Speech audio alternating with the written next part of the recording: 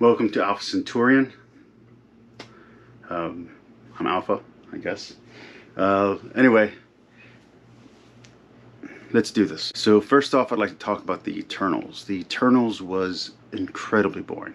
It was probably the most boring film in the MCU. This is the most boring thing Marvel has put out since the Inhumans. And when I look at the Marvel movie universe, cinematic universe, I do include things like Daredevil and the Netflix shows, and even Agents of S.H.I.E.L.D.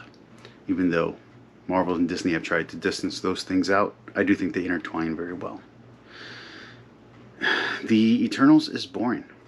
The acting is stilted. The casting is uneven. You have great actors and great moments with characters like Angelina Jolie and Gilgamesh and Kit Harington. There's another one of the female leads also does a good job, and then you have really terrible acting, like the actor who's playing Icarus. It's just terrible. He's so stilted and so dry, and everyone's unemotional. The dialogue is really bad. Not only is it semi-gibberish, but what story it is telling is told out of order, so they'll have a reaction or say something before they give information. When it comes to the editing of the film, the cinematic stuff, it's beautiful. The shots, the camera work is beautiful. So the cinematographer, whether it's director or whether it's her second, did a great job. And the physical editing of the film, the way it's shot together, fine. But the dialogue, the way the dialogue is edited, the way the dialogue flows is not well. Again, it says things before characters know them. It assumes things that characters wouldn't know. I think a much better version of Eternals is the scene opens up just like it did, but the characters don't speak. And when they first speak, they speak whatever language they are, of whatever language is of the society that they're in, that they're helping. And then instead of cutting it back and forth, you would have an opening scene where they enter each culture that they represent, because each of the Eternals kind of represents a different god or goddess from a different culture. And it has the last scene where they fail humanity, or where they turn their back on humanity, each pulling the same axe. So Athena would first save Greece or Athens, and then would let them down when either the Christians come or the Babylonians come. And then with Gilgamesh, the same thing. He would first save Babylon, and then when whatever revolution destroyed Babylon, the Neo-Assyrians, he just walks away. Same thing with the character who's representing an Incan or Mayan or Aztec goddess, Salma Hayek. She comes in, she helps their civilization, and then when the Spaniards come, she just walks away and lets them burn. That would be a much more interesting story, because then the arc at the very end, where they choose not to walk away and save humanity, then shows development, instead of it being very stilted and very dry, and it wasn't interesting. There was no drama. It wasn't badly acted, it wasn't badly shot, but it was badly written, and it did have a underdeveloped or undercooked plot. All right, next. All right, now let's talk Doom Patrol. I've been promising I was going to talk about it, and I kept on putting it off. The truth is, the last 3 episodes of Doom Patrol were amazing. The finale, I think it was the finale, was amazing. The forgiveness of a character that of course they were going to keep, because if they're going to get rid of Niles, they need another lead actor to take over the role of leader. Of course it's going to be Madame Rouge. Now a villain's leading the Doom Patrol, but whatever.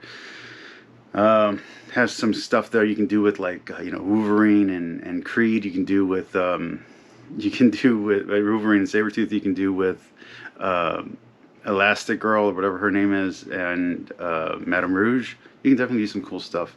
The Jane thing, it is the storyline that I thought it was going to be, but it didn't end with the impact that I wanted. And I'm not really sure what's going on with Kay. I do think they should have Kay grow up and become the lead actress, because, I mean, Jane shares the same face and same features as the adult version of Kay.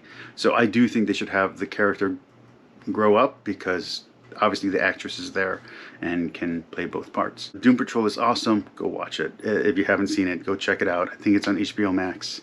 It's a great show. All right. So we were just talking about something great in Doom Patrol, which the way it's shot, the way it's the costuming, the level of maturity on the show, which is very immature. It shouldn't work, but it really does. And it has a lot of heart. And you feel for all the characters. Now let's talk about when the show that doesn't always have it all together, even though it could. Supergirl. So I liked Supergirl when it was on CBS. I know I'm one of the few people that did, but I did. I even liked the first 2 seasons, season and a half of the WB version or the CW version or whatever they call it now. It was okay. It was good.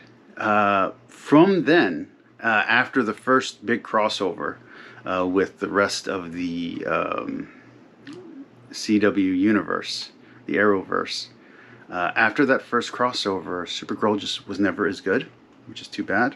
The worst part of the show at the beginning was the Superman bashing. I don't think you have to bash Superman to lift up Supergirl. Supergirl's her own character, very well established. I know that in the comics they have a really hard time giving her agency, but as a character herself, she's older than Superman but presents younger. She's more powerful than Superman, but is thought of as not as great as her older cousin. There's a lot there that you can play with. And they never go there. Instead, they just have her beat Superman in one scene, which is just lame. It's not a good look. You don't need to pull down one hero to raise up another, you know? Every season will have 1 or 2 really good episodes. And then about, I'm going to say 5 episodes, and then the rest is just trash. This last season, there were times where I'd have to pause it or fast forward just to get through some terrible dialogue or some terrible preaching by a character. Just, That doesn't mean that everything's bad. The actor playing Jimmy Olsen was great, but they needed a Superman that was going to be bigger than the actor they picked for Superman. If they're going to have basically a character who could play President Superman in an alternate universe, who's in the comic books, he's kind of drawn like Obama for some reason. I don't get into that. But he's an awesome character, and the actor playing Jimmy Olsen could have played an alternate universe Superman rather than playing Jimmy Olsen. Other than a type miscast there, the casting of the show has actually been really good. Dreamer's a really good cast. For some reason, either when it was Wynn or when it was Brainiac, the casting of the alpha male, they always casted him as kind of a dweeb or a nerd, and I don't appreciate that at all. The show itself has not been great. I'm glad it's over because the cast can go on to do better acting. I'm not glad it's over because it never showed the potential of Supergirl. It always kept her kind of locked in this progressive feminist idea of what a Supergirl could be instead of what a Supergirl is, which is the best version of humanity in an alien. She's stronger than Superman. She's older than Superman. She knows more about Krypton than her cousin does. She has ties to Krypton that her cousin doesn't. There's a lot that could have been played with, and maybe they were trying to stay away from the Krypton series, which I loved but was canceled. Maybe they were trying to stay away from those darker themes with this character, but I think that was a mistake. Supergirl had the potential to be great, and it was only good.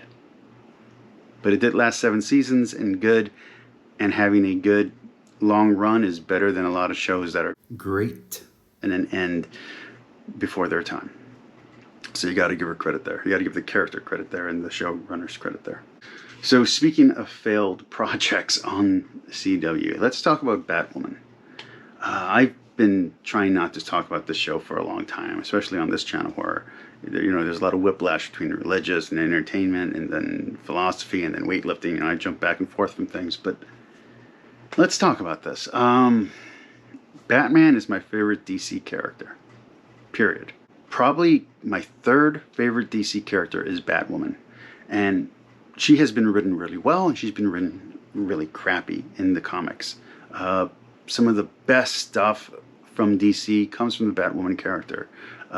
When she's involved in the Bat family and she's in conflict with Batman, it's amazing because she's not as strong. So just like with Supergirl, where Supergirl was stronger than Superman, here Batwoman is weaker than Batman. She doesn't have his abilities. She doesn't have his skills. She doesn't have his talents. But what she does have is money and the willingness to kill. What makes her more dangerous than Batman is that she will kill. And that's where the conflict between Batman and Batwoman goes, because Batman won't kill, and they never explore that in the TV show. In fact, they even rebuke it when they do the Crisis on Infinite Earths crossover, and it was just a bad mistake. You don't have to have Batman on a Batwoman show. You could have had it to where she'd already had her falling out with Batman over killing a villain, and Batman won't deal with her, and you could have had this long redemption arc where she discovers that it's wrong to kill.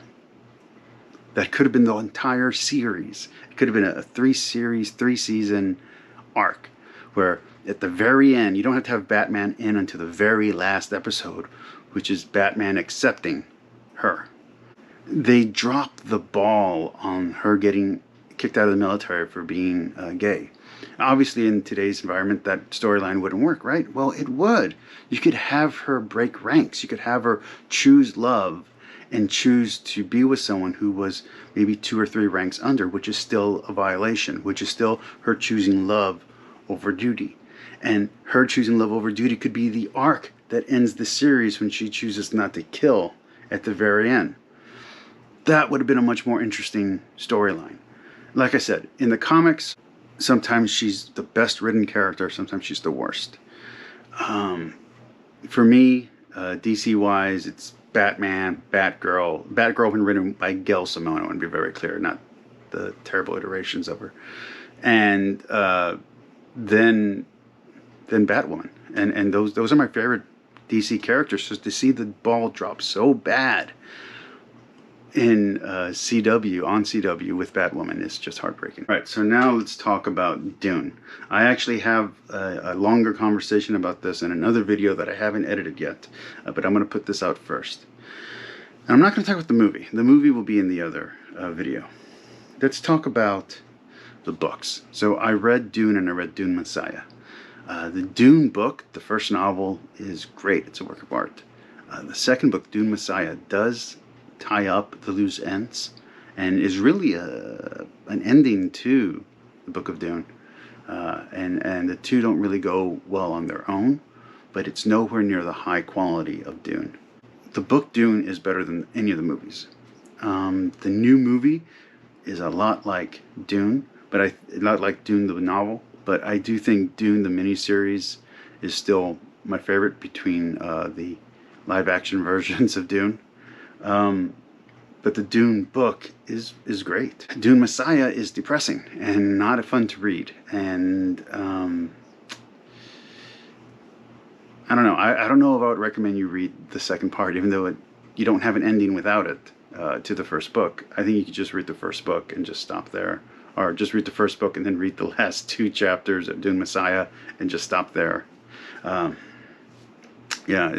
Messiah is depressing. Anyway, read Dune. It's great. Dune Messiah, skip it if you don't want to read it. I might read Children of Dune, but I got a few other things I want to read first. Peace, like, and subscribe. Hope you all enjoyed this entertainment installment of something.